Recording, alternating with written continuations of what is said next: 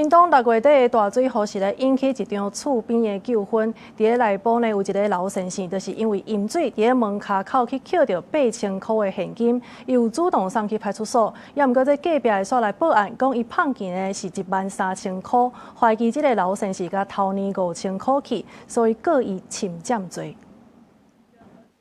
核心有律金啊，對啊，就以後像這樣子的話，誰敢進？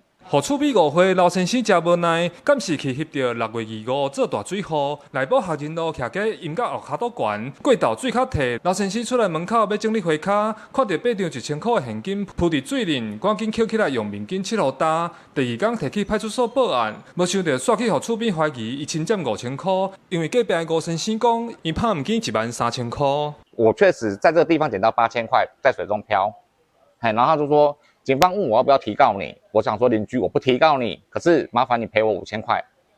我說沒有這回事，為什麼我撿到8000塊，好，我要再額外貼你5000塊賠你呢？一張1000塊的13張，3折的話，它不可能會打開來飄走的。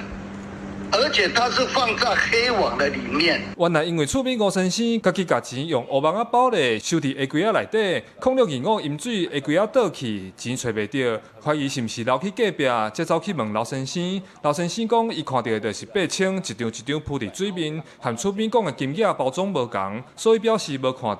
結果去互吳先生懷疑侵占。整整找了2-3個小時，我連續問他問了5次，他都說他沒有看到錢，也沒有撿到錢。有關侵占遺失物品罪之規定，必須對於脫離他人持有之物品有意持有為所有之犯意，侵占入己才會成立。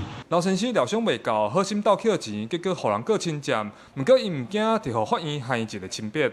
記者柯明哲，屏東報道。